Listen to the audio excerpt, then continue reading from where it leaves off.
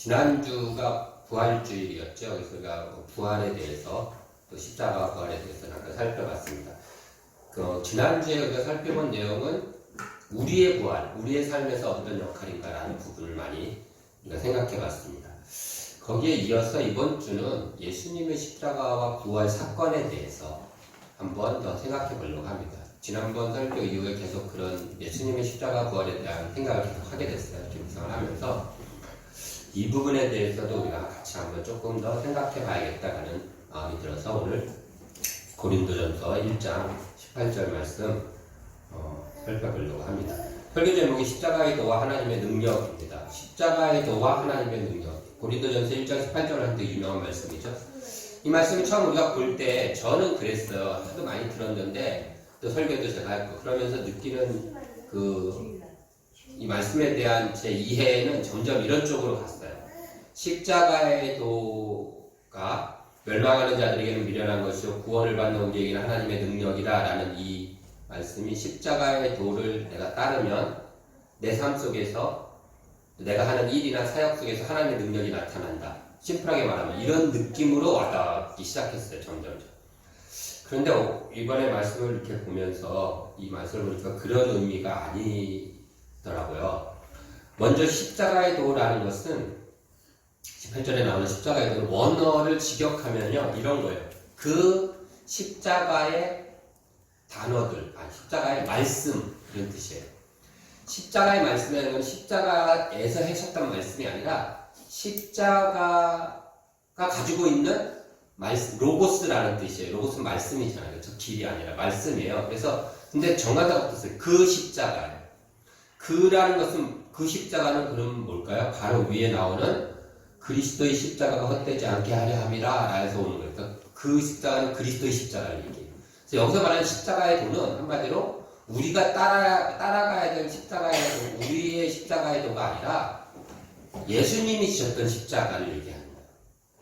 그러니까 우리가 할 수 있는 일은 아니에요.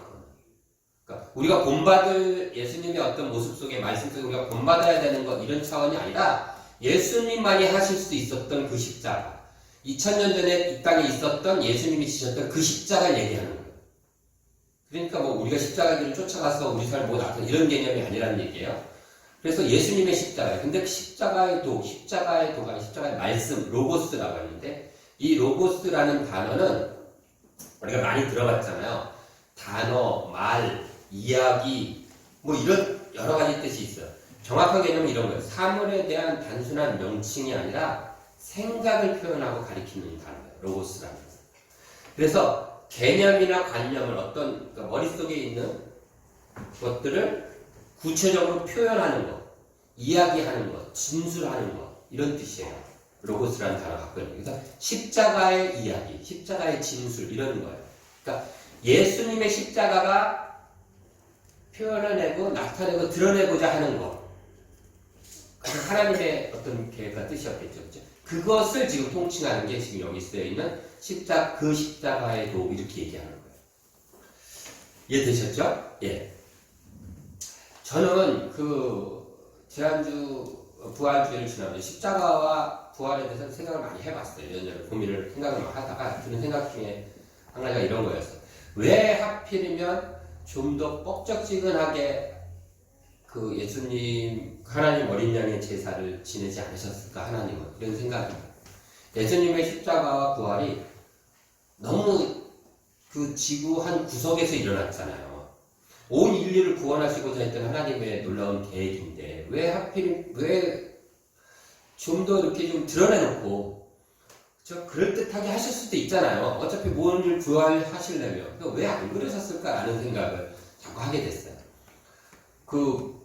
예수님의 죽음도 그래요. 보통 우리가 이제 우리는 예수님이니까 예수님이 하나님의 아들임에도 불구하고 그냥 모든 걸 참으시고 그냥 묵묵히 끌려가셨다 이렇게 생각하지만 우리가 그 고난주간에 살펴봤듯이 일반 사람들이 예수님의 제자를 포함한 지금 오늘날 우리 말고 그 당시 사람들이 생각할 때는 그냥 예수님은 뭔가 멋지게 해보다가 이렇게 잡혀간 사람이 아니라 해보려고 하다가 그냥 말았던 사람 정도로밖에 인식이 안 되는 거죠. 웰 깁슨이 나왔던 브레이브 하트라는 영화가 있어요. 되게 유명한 영화고 좋은 영화입니다. 시간 나면 꼭 보세요. 스코틀랜드의 독립운동과 관계된 그 영화예요. 그 천주교와 기독교, 개신교 신앙과 부딪히고 이런 부분들이 있어요. 그런 영화인데 그것을 이끄는 도화선을 만들었던 장군이 바로 윌리엄 웰리스라는 장군이에요. 그 장군의 이야기를 그린 영화입니다. 그런데 이 장군이 영국으로부터 스코틀랜드의 독립을 위해서 막 하다가 잡혀서 끝에 죽어요. 그리고 끝나거든요. 죽으면서. 그런데 죽으면서 이렇게 막 고문당하면서 죽는데 죽을 때 마지막에 이제 외치는 소리가 프리덤 이렇게 외쳐요. 자유를 달라고 그러면서 죽거든요. 되게 멋있잖아요. 그 정도만 해도. 실패했지만 죽었어요. 그러나 뭔가 독립의 리더가 돼갖고 막 싸워보고 잡히더라도 막 이렇게 막 자기의 이념을 외치고 이러고 죽었으니까 그게 도화선이 돼서 그것을 보고 불길같이 일어나갖고 전쟁이 승리를 하게 되는 거거든요. 나중에. 그러니까 그렇게라도 하셨다면 좀 이해가 되는데 그런 것도 없었던 거예요. 그냥 예수님은. 그러니까 너무 좀 왜 그러셨지 이런 생각이 자꾸 드는 거예요. 저는. 부활도 마찬가지잖아요. 이왕 부활하실 거면 좀 더 많은 사람을 근사하게 하실 수 있잖아요. 그렇죠? 빌라도한테 나타났으면 얼마나 좋아요. 그러면 빌라도가 깜짝 놀랐을 거잖아요. 대제사장 산헤드린 공에 회의하고 있는데 갑자기 탁 나타나시는 거예요. 그럴 수도 있잖아요. 아니면 더 나가서 로마 황제한테 나타나셔가지고 내가 예수다 바울한테 나타나셨던 것처럼 이러면은 로마가 다스리는 모든 왕국이 삽시간에 기독교화되지 않았을까요? 경험이 있잖아요. 느부갓네살 왕한테 하나님 나타나셨잖아요. 벨사살 왕한테 벽에 막 글씨가 써졌잖아요. 그렇죠? 기억나세요? 벽에 벨사살 왕 시절에 글씨가 메네메네 되길 우바르신 딱 써가지고 깜짝 놀라가지고 막 하나님의 뜻을 알고 다니엘서를 그래서 찾아봤어요. 그때 다니엘서에 느부갓네살 왕이 다니엘이 사자굴에 들어갔다 나온 그 모습을 보면서 하나님을 발견하고 나서 고백한 게 이런 거예요. 내가 이제 조서를 내리노라. 내 나라 관할 아래에 있는 사람들은 다 다니엘의 하나님 앞에서 떨며 두려워할지니 그는 살아계시는 하나님이요 영원히 변하지 않으실 이시며 그의 나라는 멸망하지 아니할 것이요 그의 권세는 무궁할 것이며 그는 구원도 하시며 건져내기도 하시며 하늘에서든지 땅에서든지 이적과 기사를 행하시는 이로써 다니엘을 구원하여 사자의 입에서 벗어나게 하여 사셨습니다 하였더라. 자기가 다스린 모든 나라는 다니엘 하나님 믿으라 그랬어요. 그 당시에 로마 황제한테 예수님 나타나셔서 내가 니네한테 죽은 예수가 그랬다면 로마 황제도 이런 일을 하지 않았을까요? 또 왜? 그냥 몇몇의 제자들한테 나타나시고 어떻게 보면요 꼭 그걸 숨기려고 하시는 것 같아요. 일부러 더. 예수님을 처음 예수님의 부활을 목격한 첫 목격자가 누군지 아세요?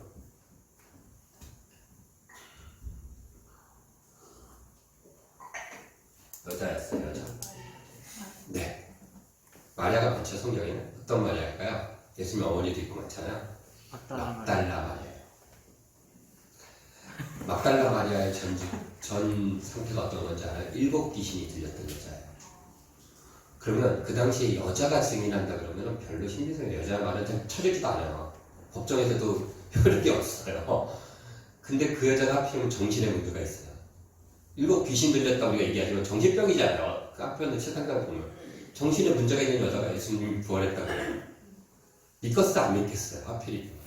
그러니까 뭔가 좀 자꾸 숨기려고 그러시는 것 같아요. 제자들한테 나타나서도요. 제자들 2명 있을 때 살짝 나타나시고 이렇게 제자들이 숨어 있을 때 딱 나타나시는 거예요. 제자들이 뭐 시장 가서 사람들 많은 데서 딱 나타나셔가지고 제자들이 시장 바글바글한 데서 예수님! 막 이러면서 나오니 예수님이 그래! 뭐 이런 사람들이 와 이러지 않았을까요? 근데 일부러 제자들이 모여갖고 막 숨어있는데 거기 싹 나타나시고 2명이서 어디 이렇게 엠마오 가는데 엠마오로 가는데 그때 딱 나타나셔서 슬쩍 못 알아보게 얘기하시고 처음 발견해서 증인이라고 떠든 사람이 미친 여자고 미쳤던 전적이 있는 여자고 뭐 이런 거잖아요. 그러니까 뭔가 왜 그러셨지? 이런 생각이 자꾸 드는 거죠. 여기에 이것은 지금 십자가의 도라고 얘기하는 거예요. 바울은. 이 모든 것들은 십자가의 이야기. 왜 이런 이야기들이 근데 바울은 뭐라고 얘기하냐면 오히려 이게 하나님의 계획이고 그게 하나님의 의도한 일이다라고 얘기합니다. 일부러 그러셨다는 거죠. 왜 그럴까요? 하나님은 예수 그리스도의 십자가의 부활 사건을 사람들이 그걸 딱 보면 난 예수 믿어야지 라는 마음이 드는 게 아니라 난 저런 예수는 절대 믿을 수 없어 라는 마음이 들도록 만드셨다는 거예요. 일부러. 그래서 사람들은 어떤 사람도 예수님의 십자가 부활을 보면 저분은 진짜 하나님이 하나 믿어야 이런 생각 가질 수가 없도록 만드시는 게 하나님의 계획이었다는 거예요. 여기서부터가 좀 말이 이상하잖아요. 그렇죠? 그래서 이게 사람들이 생각할 때는 평범한 사람이 생각하면 미련한 거고 이해할 수 없는 미친 일인 거예요. 하나님 그렇게 만드신 거예요. 일부러. 왜요? 그렇게 만드심으로써 철저하게 아무도 그걸 보고서는 믿지 못하게 만드심으로써 그럼에도 불구하고 믿게 되는 것은 누구의 능력이에요? 하나님의 능력 아니면 믿을 수 없게 만드는 거예요. 내가 그럼에도 불구하고 십자가와 부활이 예수님의 십자가와 부활이 믿어진다라는 것은 그것은 하나님께서 나를 믿게 하시지 않고서는 될 수 없는 일이 되게 만들어버리신 거예요. 이해되시나요? 제가 지금 하고 있는 얘기가? 그래서 여기서 나오는 십자가의 도가 구원받는 우리에게는 하나님의 능력인 거예요. 여기서 말하는 하나님의 능력은 하나님이 나타내실 엄청난 능력들 얘기하는 게 아니라 그럼에도 불구하고 우리를 구원해내시는 능력. 그렇죠? 그것은 하나님의 능력일 수밖에 없다는 거죠. 그래서 구원받은이 아니라 구원받는 우리에게 하나님의 능력이 되는 거예요. 이미 구원받은 게 아니라 구원을 받게 돼 있는, 지금 받고 있는 현재형이에요. 구원받은 완료형이거든요. 이미 구원받은 게 아니라 구원받는 우리에게는 하나님의 능력이 되는 거예요. 멸망하는 자들에게는 그것이 미련한 것이지만 절대로 그걸 믿을 수 없도록 하나님 만들어 놓으셨어요. 일부러. 그러니까 사람들이 악해서 그걸 보고서 나는 이 정도면 우리가 생각할 때 인류를 위해서 목숨을 내놓고 하나님 아들이 죽었는데 그걸 바라보고 손가락질을 하고 조롱하고 못 믿어? 저런 못된 놈들이 있네 이렇게 생각할 수 있잖아요. 우리는. 그쵸? 그 패션 오브 더 크라이스트 그거 보면 막 채찍질하고 이러면 막 우리가 가슴 아파하면서 욕하잖아요. 그런데 그게 아니라 하나님이 이렇게 만드셨다는 거예요. 누구나. 우리는 이미 이 모든 걸 알고 있기 때문에 또 우리 속에 예수를 향한 믿음이 있기 때문에 그렇게 보여지는 거지. 그렇지 않은 눈으로 바라봤을 때는 누가 봐도 그렇게 생각하게끔 하나님이 완벽하게 만드신 거예요. 그래서 바울은 그것이 왜 하나님은 반대로 그렇게 하셨을까 이해되지 않는 거예요. 세상에서는 이해를 못하는 거예요. 오히려 그 반대로 해야지 훨씬 더 좋은데 이렇게 하는 건 미련한 것이잖아. 하나님을 믿지 못하게 만들다니 하나님이 구원하신다는 분이 이건 말이 안 되고 미련한 것이잖아. 그러니까 논리성이 강한 이 헬라인들은 그것이 이해가 안 가는 거야. 논리적이지 않으니까. 그리고 유대인들이 보기에는 하나님의 구원을 못 받게 없도록 못 믿도록 만들었다는 게 하나님을 모독하는 게 되고 꺼리끼는 게 되는 거예요. 그것도 하나님이 어디다 달아버리셨어요? 나무에 달으셨잖아요. 하나님 스스로 나무에 달린 자마다 저주받은 자라라고 말씀하셨던 그 하나님이 세상을 구원하러 왔던 메시아를 나무에다 달아버리셨단 말이에요. 그러니까 꺼리끼는 게 되고 이건 말이 안 되는 거예요. 이렇게 할 수는 없는 거예요. 누가 생각해도. 그럼에도 불구하고 그렇게 딱 만들어 놓으시고 하나님께서 일부러 그러시는 거예요. 왜요? 그래 놓으시고 그것을 믿는 자들을 만드시는 거예요. 하나님의 능력. 그 하나님의 능력일 수밖에 없죠. 그건. 그래서 그 하나님의 능력이 있는 사람들은 이렇게 얘기하는 거예요. 24절 한번 같이 읽읍시다. 다시 시작. 오직 부르심을 받은 자들에게는 유대인이나 헬라인이나 그리스도는 하나님의 능력이 하나님의 지혜냐. 누구에게? 부르심을 받은 자들이 있다는 거예요.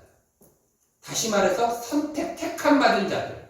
그래서 27절에도 하나님께서 세상의 미련한 것들을 택하사 지혜 있는 자를 부끄럽게 하시고 세상의 약한 것들을 어떻게 해요? 택하사 강한 자들을 부끄럽게 하시며 하나님께서 세상의 천한 것들과 멸시받는 것들과 없는 것들을 어떻게 해요? 택하사 있는 것들을 폐하려 하십니다. 하나님께서 택하신 자들, 부르심을 받은 자들에게만 나타나는 하나님의 능력이 있다. 그것이 바로 이 예수 그리스도를 믿게 되는 능력이고 구원 얻는 능력이라. 그래서 구원은 철저히 내 속이 아니라 다른 데서 온다라는 얘기를 지금 사도 바울이 하고 있는 거예요. 특별히 고린도전서 1장에서 사도 바울이 이 이야기를 하고 있는 이유는 철저히 이 이유 때문에. 왜냐하면 그 당시 고린도 교회에 파벌이 있었잖아요. 바울파다, 개바파다, 하다못해 난 예수파다 막 이런 거 나눠졌어요. 그걸 보고서 지금 사도 바울이 1절부터 읽으시면 나오는 내용이에요. 1장 1절부터 위에 따로. 그거를 야단치는 거예요. 그러면서 첫 번째 들었던 게 세례예요. 니네가 그 사람들 그래도 나는 바울한테 세례 받았으니까 바울파야.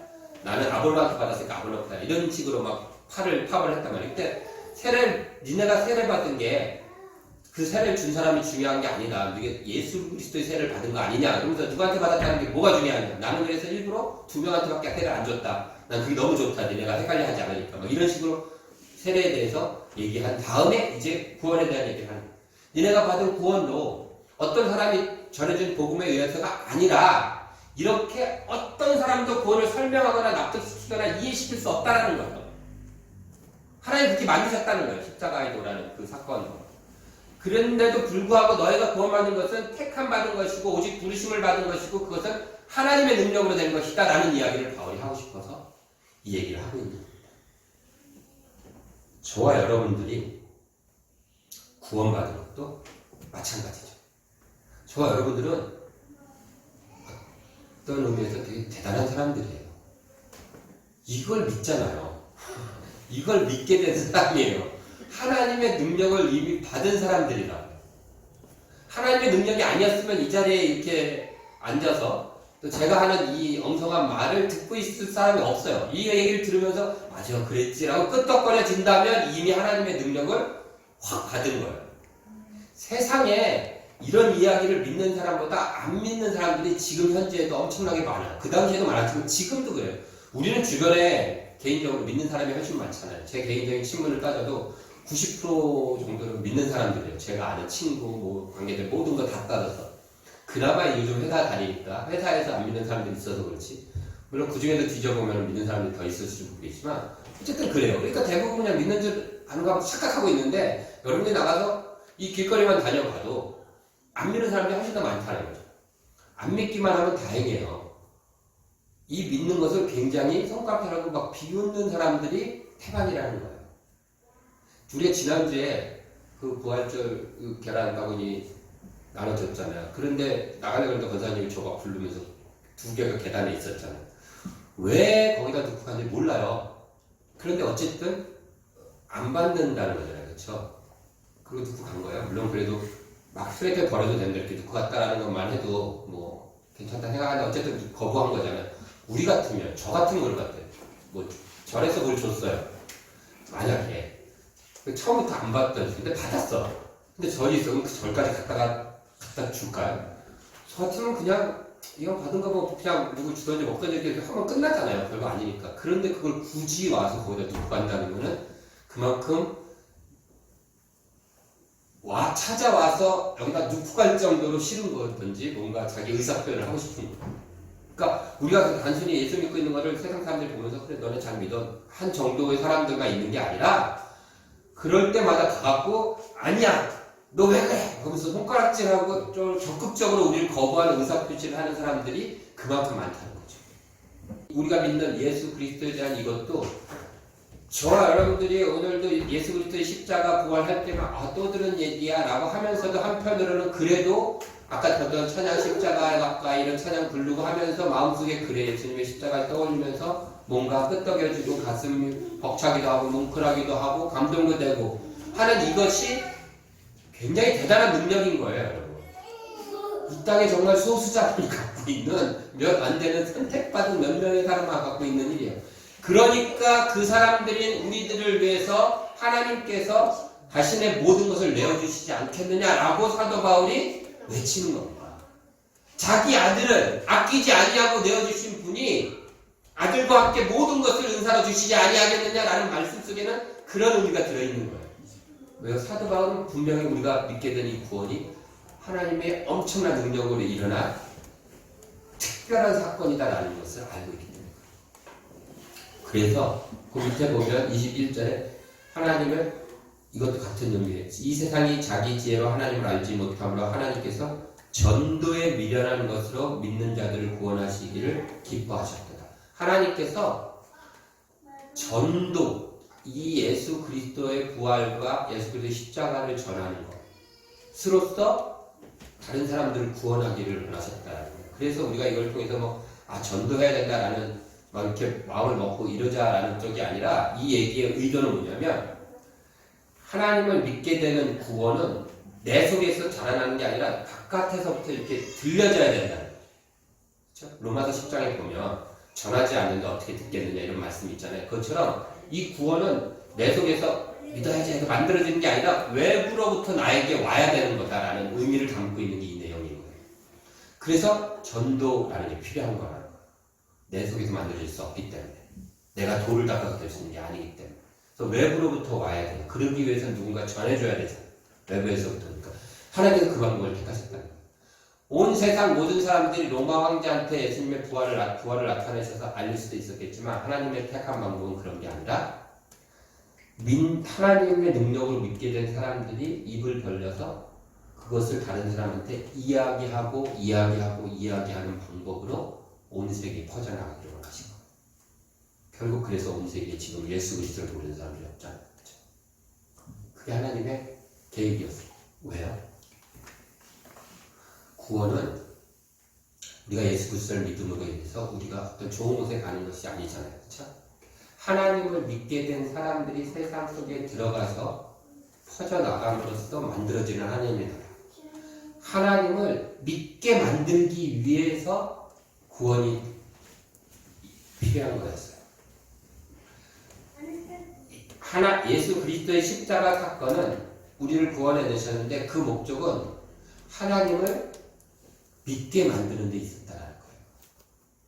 그래서 하나님께서는 하나님을 믿게 만드시기 위해서 모든 사람 앞에 짠 나타나는 게 아니라 듣고 전하는 방법을 택하셨다는 거예요. 그래서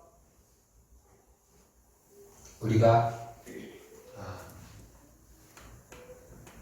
예수 그리스도를 믿고 그 십자가의 능력으로 오늘도 살아가는 것이고 그것이 우리가 가지고 있는 힘인 거예요. 전도도 그렇게 하는 거예요. 태욱 선생님 그 어머님하고 태욱 선생님 여동생을 위해서 우리가 기도하고 있는데 그것도 그런 거예요. 하나님께서 태욱 선생님 어머니와 태욱 선생님 여동생을 분명히 구원하시려는 마음을 가지고 계세요. 그래서 그것은 우리가 이렇게 화려한 말이나 뭐 어떤 걸 하는 게 아니라 단순하고 우리 생각에는 절대 믿을 수 뭐 이렇게 얘기해서 설득되겠라는 생각이 들 정도로 그냥 툭 던지는 아주 심플한 말이 구원해낼 수 있는 거예요.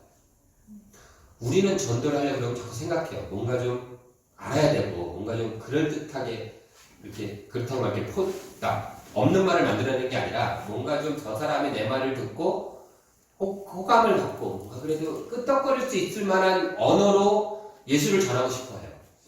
그런데 사도 바울은 지금 그런 얘기를 하는데 절대 그렇게 하지 말라고 얘기하고 있는 거예요. 사도 바울도. 내가 말이나 언어로 전했느냐? 난 그렇지 않았다라는 거예요. 그냥 예수의 죽음과 십자가를 전했을 뿐이다. 나는 내가 오히려 말로 전하지 않고 내 지식으로 전하려고 하지 않았다라고 얘기를 해요. 사도 바울은. 그래서 그렇게 하려고 한 사람들을 오히려 잘못됐다라고 얘기하고 있는 거예요. 여기에 우리의 생각의 사고의 변화가 있어야 돼요. 그래서 예수님을 전할 때 뭐 예수를 믿으면 치유되죠. 예수를 믿으면 복 받죠. 그건 당연한 말이에요. 그런데 이것을 이렇게 함으로써 저 사람한테 예수를 믿게 해야지라고 하면서 하면 안 된다는 얘기를 지금 사도 바울이 하고 있는 거예요. 그러니까 지금 사도 바울이 얘기하고 성경이 얘기하고 있는 이 전도와 십자가의 도가 얼마나 미련한 것이에요. 그렇게 해야 되잖아요. 될 수 있으면 그럴듯하고 설득력 있게 해야 되는데 성경은 그렇게 하지 말라고 얘기한다니까요. 여전히. 그 옛날 예수님의 십자가와 부활이 하나님께서 믿지 못하는 방법으로 끌고 갔던 것처럼 하나님의 복음을 전하는 것 역시도 그럴듯하고 될 수 있는 방법을 취하지 말라고 자꾸 얘기하는 거예요. 미련해 보일 정도로. 왜요? 그래야지 하나님의 능력이 온전히 나타난다는 거예요. 내가 오늘 전하는 이 복음에. 그래서 태국 선생님도 마찬가지예요. 하나님 마음을 주시면 그냥 뭐 우리 교회는 뭐가 좋아 그거는 나중 얘기예요. 나온다. 그거 하지 말고 그냥 딱 우리가 할 수 있는 얘기 뭐죠? 예수님 믿으세요. 이 얘기 제일 심플해요. 예수 믿으면 돼. 이런 거죠. 그리고 하나님 너 구원하셨어. 예수님이 널 구원하신 거야. 널 사랑하셔. 이 정도 알면 되는 거예요. 거기다가 살을 붙이고 뭐 하고 할 필요가 없다라는 거예요. 그래야지 하나님의 온전한 능력을, 구원의 능력과 하나님의 역사를, 하나님의 영광이 확 나타나는 거죠. 그게 진짜예요. 근데 거기에 막 덧붙이면 안 된다. 그리고 되게 이게 이런 거예요. 뜬금없어야 돼요.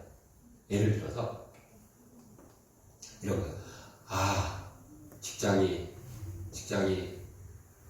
잘 구해줘야 되는데 잘 안 구해줘. 예수님한테 이렇게 가는 거죠. 예수님이 십자가에서 너를 위해 죽으셨어. 십자가에 나를 위해 죽은 거랑 내 직장이 안 구해지는 거랑 무슨 상관이 있냐고요. 그렇잖아요. 그런데 그렇게 얘기하는 거예요. 이 뜬금없음. 이게 전도에 미련한 것이라는 거예요. 그래서 이해되시나요? 예수님을 몰라서 미련한 게 아니라 이 뜬금없음과 낯설음과 이상함. 그래서 사람들이 보기에는 저기 뭐야? 이렇게 기웃거리고 고개를 껴하는 거, 이것이 바로 제대로 하고 있다는 거죠. 그리고 그렇게 전파되는 것을 추구하는 것이 기독교라고 얘기하고 있는 거지, 사도가. 그러니까 굉장히 이상한 거죠. 그럼에도 불구하고 그 이상한 것을 다 믿고 계신 여러분은 더 이상한 분들인 거예요. 그것을 얘기하고 있는 저도 이상한 사람인 거고, 끄떡거리고 계신 여러분도 굉장히 이상한 겁니다. 근데 우리가 진짜 이상해지려면 어떻게 해야 돼요? 실천하는 거니까. 그럼 우리 진짜 이상하게 되는 거예요. 이걸 정말 이 말도 안 되고 이상한 것을 한 주간 살아가면서 해보는 거예요. 정말 뜬금없이, 정말 말도 안 되는 사람한테 예수 믿으세요. 막 속상하고 있는 사람한테 예수님이 돌려 죽으셨대. 이 뜬금없는 말을 하는 거예요. 이 뻘쭘하고 이상한 것을. 아멘 되십니까, 여러분? 네.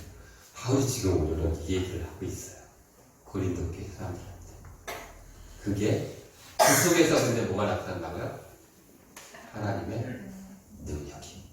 그리고 그것을 보게 될 것입니다. 저희들, 여러분들 삶 속에서 깜짝 놀라게 보게 될 것이에요. 그러면서 또 한번 깨닫겠죠. 나도 이렇게 하나님의 능력을 믿게 될 거야. 그러면 그 하나님이 나와 함께 계시는데 내 삶 속에서 얼마나 많은 일들을 나타내실까? 라는 기대로 살아가는 것이 이 십자가에도 하나님의 능력 안에 살아가는 저 여러분들입니다. 네. 이 말씀 기억하시면서 하나님 앞에서 또 한 주간 힘을 내 살아가는 우리들이 되었으면 좋겠습니다. 네, 기도하겠습니다.